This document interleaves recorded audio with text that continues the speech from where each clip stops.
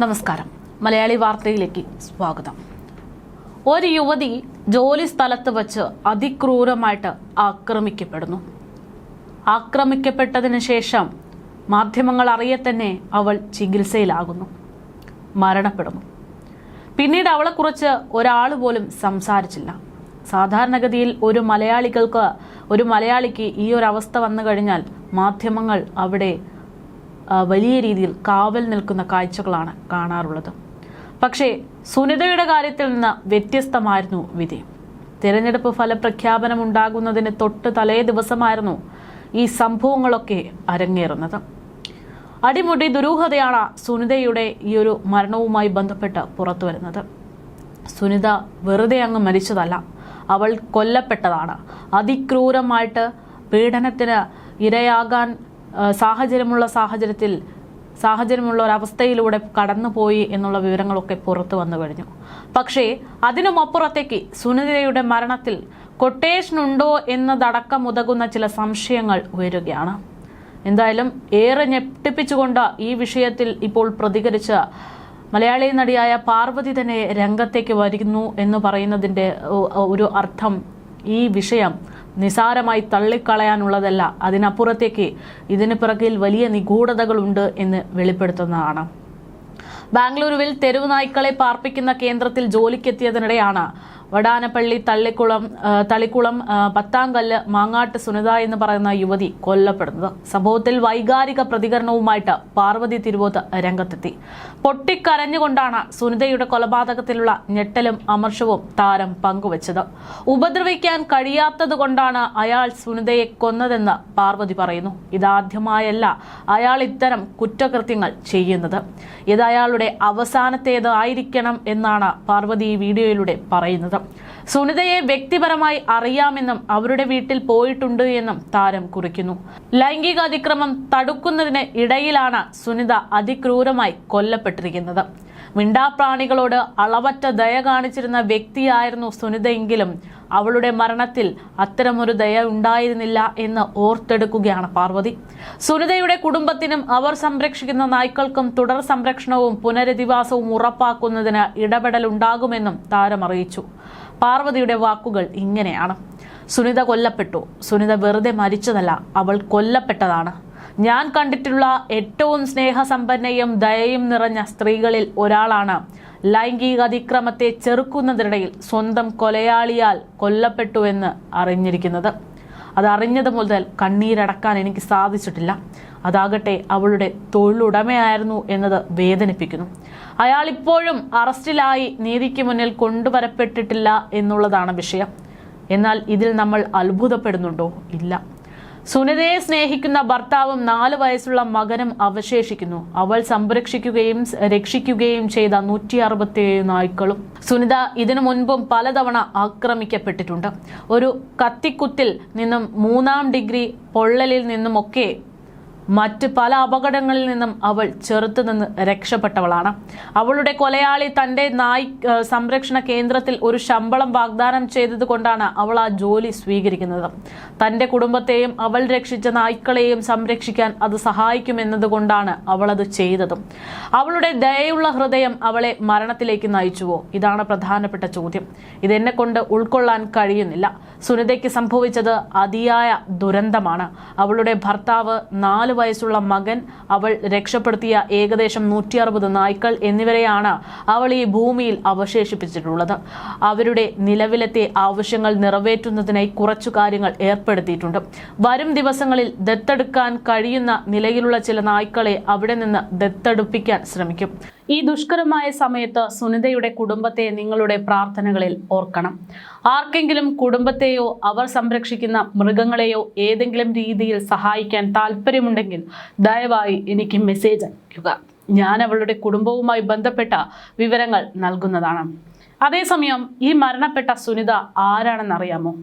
കാരണവർ വധക്കേസിലെ പ്രതി ഷെറിന് ജയിലിൽ VIP പര്യവേഷണം ലഭിക്കുന്നുണ്ട്, പരിഗണന ലഭിക്കുന്നുണ്ട് എന്നും മന്ത്രി ഗണേഷ് കുമാറുമായി ഈ പ്രതിക്ക് ബന്ധമുണ്ട് എന്നുമൊക്കെ വെളിപ്പെടുത്തിയിട്ടുള്ള യുവതിയാണ് ഈ മരണപ്പെട്ട യുവതി. സംസ്ഥാന നിയമസഭാ തെരഞ്ഞെടുപ്പ് ഫലം വരുന്നതിന്റെ തലേ ദിവസം ബാംഗ്ലൂരുവിൽ വെച്ചാണ് സുനിത അതിക്രൂരമായി മർദ്ദനത്തിൽ ഇരയായി മരണപ്പെടുന്നത് എന്നതുകൊണ്ട് തന്നെ വാർത്തകൾ അധികമൊന്നും വന്നില്ല. ജനങ്ങൾ ഈ കാര്യം അധികം മനസ്സിലാക്കിയുമില്ല. വെന്റിലേറ്ററിൽ ചികിത്സയിൽ കഴിയവേ കഴിഞ്ഞ ദിവസമാണ് സുനിത മരണപ്പെടുന്നത്. അതുകൊണ്ട് തന്നെ ഒരു സ്ത്രീ ആക്രമിക്കപ്പെട്ടു എന്നതിനെ കുറിച്ചോ അവർക്ക് നീതി കിട്ടി എന്നതിനെ കുറിച്ചോ അതിലുപരി അവൾ ക്രൂര കൊലപാതകത്തിനും ലൈംഗിക അതിക്രമത്തിനും ഇരയാകുന്ന സാഹചര്യമായിരുന്നു എന്നതിനെ കുറിച്ചോ ഒരുപക്ഷെ ഷെറിന് എതിരെ നൽകിയ വെളിപ്പെടുത്തൽ, അതിന്റെ ഭാഗമായുണ്ടായ പ്രതികാരം, പക തീർക്കൽ, അങ്ങനെയൊക്കെ പല വിധത്തിൽ കാണാൻ പറ്റുന്ന ഒരു കേസായിട്ട് പോലും സുനിതയുടെ മരണത്തെക്കുറിച്ച് ഇവിടെ ആരും സംസാരിച്ചിട്ടില്ല എന്നുള്ളതാണ് വസ്തുത. കഴിഞ്ഞ വർഷം 2025 ഫെബ്രുവരി 7-നാണ് സുനിത വൻ വെളിപ്പെടുത്തൽ നടത്തി രംഗത്തേക്ക് വരുന്നത്. ഈ കഴിഞ്ഞ ഞായറാഴ്ച, അതായത് 64 ആഴ്ചയും 2 ദിവസത്തിനും ശേഷം ബാംഗ്ലൂരുവിൽ വെച്ച് ഈ വെളിപ്പെടുത്തൽ നടത്തി 64 ദിവസവും 2 ആഴ്ചയ്ക്കും ശേഷം ബാംഗ്ലൂരുവിൽ വെച്ച് ലൈംഗിക അതിക്രമം തടയാൻ ശ്രമിക്കുന്നതിനിടെ അതിക്രൂരമായിട്ട് സുനിത കൊല്ലപ്പെടുന്നു. ശരീരമാസകലം പരിക്കേറ്റ അവർ വെന്റിലേറ്ററിലായിരുന്നു. കഴിഞ്ഞ ദിവസമാണ് മരണപ്പെട്ടത്. തെരുവു നായ്ക്കളെ പരിപാലിക്കുന്ന ഷെൽട്ടർ ഹോമിലെ ജോലിക്കായിട്ടാണ് സുനിതയും മറ്റു 2 സ്ത്രീകളും അവിടെ എത്തിയത്. ജോലി മതിയാക്കി നാട്ടിലേക്ക് മടങ്ങാനിരിക്കവെയാണ് സുനിത മരണത്തിനിരയായത്. ഷെൽട്ടർ ഹോം ഉടമയായ മലയാളി ദീപക് കൃഷ്ണനാണ് സുനിതയെ ക്രൂരമായി മർദ്ദിച്ച് കൊലപ്പെടുത്തിയതെന്ന് വൈകാതെ തന്നെ പുറത്തു വന്നിരുന്നു. സുനിതയുടെ തലപിടിച്ച് പ്രതി ചുവരിൽ, അലമാരയിലൊക്കെ തുടർച്ചയായി ഇടിച്ചു. ഈ ഇടിയിൽ ആഘാതമേറ്റ് പരിക്കേറ്റ് നിലത്ത് വീണ അവരുടെ നെഞ്ചത്ത് ആവർത്തിച്ച് ചവിട്ടിയെന്നാണ് റിപ്പോർട്ടുകൾ വ്യക്തമാക്കുന്നത്. സുനിതയെ താൻ മർദ്ദിച്ചു എന്ന് സമ്മതിക്കുന്ന ദീപകിൻ്റെതെന്ന് തോന്നുന്ന ഓഡിയോ പുറത്തു വരികയും ചെയ്തിരുന്നു. വാടാനപ്പള്ളി സ്വദേശിയായ സുനിത വധശ്രമ കേസിൽ ശിക്ഷിക്കപ്പെട്ടാണ് അട്ടക്കുളങ്ങര ജയിലിലെത്തുന്നത്. ഇവിടെ ഷെറിനൊപ്പമായിരുന്നു സുനിതയും ഉണ്ടായിരുന്നത്. ജയിലിൽ മറ്റു തടവുകാർക്കുള്ള സൗകര്യമുണ്ടായിരുന്നില്ല. ആ സൗകര്യമായിരുന്നില്ല ഷെറിനുള്ളതെന്നും സുനിത 2025 വെളിപ്പെടുത്തിയിരുന്നു. ഉന്നത ബന്ധങ്ങൾ മൂലം പരോളുകൾ അധികം ലഭിക്കുകയും ഗണേഷ് കുമാറുമായി ബന്ധമുണ്ട് എന്നതടക്കമുള്ള തുറന്നു പറച്ചിലായിരുന്നു ഷെറിൻ്റേത്. മേക്കപ്പ് സാധനങ്ങളും ഫോണും ഷെറിന് ജയിലിനകത്ത് അനുവദിച്ച് നൽകി. 2015 ഷെറിന്റെ സുഖവാസത്തിനെതിരെ പരാതി നൽകി. എന്നാൽ അന്നത്തെ ജയിൽ ഉദ്യോഗസ്ഥർ ഷെറിനെ സംരക്ഷിച്ചു. ജയിലിൽ DIG ആയിരുന്ന പ്രദീപിനും ഷെറിനുമായി ബന്ധമുണ്ടായിരുന്നു. ഷെറിനെതിരെ പരാതി നൽകിയതിന്റെ പേരിൽ ഭീഷണി നേരിട്ടു എന്നും അന്നവർ ആരോപിച്ചിരുന്നു. 2ാം പിണറായി സർക്കാരിൽ KB ഗണേഷ് കുമാർ മന്ത്രിയായ ശേഷമാണ് ഷെറിന് ശിക്ഷാ ഇളവ് നേടി ലഭ്യമായത് എന്നും അവർ പുറത്തിറങ്ങിയതെന്നുമായിരുന്നു ആ വെളിപ്പെടുത്തലിന്റെ ബാക്കി. എന്നാൽ ശിക്ഷാ ഇളവ് നേടുന്നതിന് 6 മാസം മുൻപ് കണ്ണൂർ സെൻട്രൽ ജയിലിൽ വച്ച് വിദേശ തടവുകാരിയെ ഷെറിന് ആക്രമിച്ചു എന്ന വാർത്ത പുറത്തു വന്നു. ഈ സംഭവത്തിലും ഷെറിന് അനുകൂലങ്ങൾ ലഭിച്ചു എന്നാണ് ഉദ്യോഗസ്ഥർ റിപ്പോർട്ട് നൽകിയിരിക്കുന്നതെന്നാണ് സൂചനകൾ. സുനിതയുടെ കൊലപാതകം അതിക്രൂരമായിട്ട് തന്നെയാണ് എന്നത് ഇതിൽ നിന്ന് വ്യക്തം. ഷെറിന് ഈ കൊലപാതകത്തിൽ എന്തെങ്കിലും പങ്കുണ്ടോ എന്നതാണ് ഇനി അറിയേണ്ടുന്നത്. മറിച്ച് മറ്റൊരു കാര്യമുള്ളത്, ഇപ്പോൾ സുനിതയുടെ കൊലപാതകത്തിൽ പ്രതി ദീപക് കൃഷ്ണ കൊടും ക്രിമിനലാണെന്ന് പോലീസ് വ്യക്തമാക്കുന്നു. ഈ സംഭവത്തിൽ ഇയാൾക്കെതിരെയുള്ള തിരച്ചിൽ നടത്തുന്നതിനിടെ പ്രതിയെ കന്യാകുമാരിയിൽ നിന്ന് പിടികൂടിയെന്നുള്ള വിവരങ്ങളും പുറത്തു വരുന്നുണ്ട്. കൊല്ലം മുളങ്കാടകം സ്വദേശിയായ ദീപക് ബാംഗ്ലൂരിൽ തെരുവുനായ്ക്കളെ സംരക്ഷിക്കുന്ന ഷെൽട്ടർ ഹോം നടത്തി വരികയായിരുന്നു. ഷെൽട്ടർ ഹോമിൽ മറ്റ് 2 യുവതികൾക്കൊപ്പം ജോലിക്കെത്തിയതായിരുന്നു സുനിത. ഈ സുനിതയെ ലൈംഗികാതിക്രമം ചെയ്യാൻ ശ്രമിച്ചപ്പോൾ അത് തടഞ്ഞതിന്റെ ഭാഗമായിട്ടാണ് സുനിത അതിക്രൂരമായി ദീപകിന്റെ ആക്രമണത്തിന് ഇരയാകേണ്ടി വന്നത്. ദീപക് കൃഷ്ണൻ സുനിതയെ മർദ്ദിച്ച് കൊലപ്പെടുത്തിയെന്ന വാർത്ത പിന്നീട് നമ്മൾ കേട്ടു. നായ വളർത്തൽ കേന്ദ്രത്തിലെ വലിയ പറമ്പിന് നടുവിലെ ചെറിയൊരു വീട്ടിൽ 16 നായ്ക്കളാണ് ഉണ്ടായിരുന്നത്. സുനിതയ്ക്കൊപ്പം ബന്ധുവായ പെൺകുട്ടിയും ചന്ദ്ര പിന്നി സ്വദേശിയായിട്ടുള്ള യുവതിയുമായിരുന്നു ഉണ്ടായിരുന്നത്. യുവതി ദീപക് മോശമായി പെരുമാറാൻ തുടങ്ങിയപ്പോൾ ജോലി മതിയാക്കി തിരിച്ചു പോകാനായിരുന്നു ഇവരുടെ തീരുമാനം.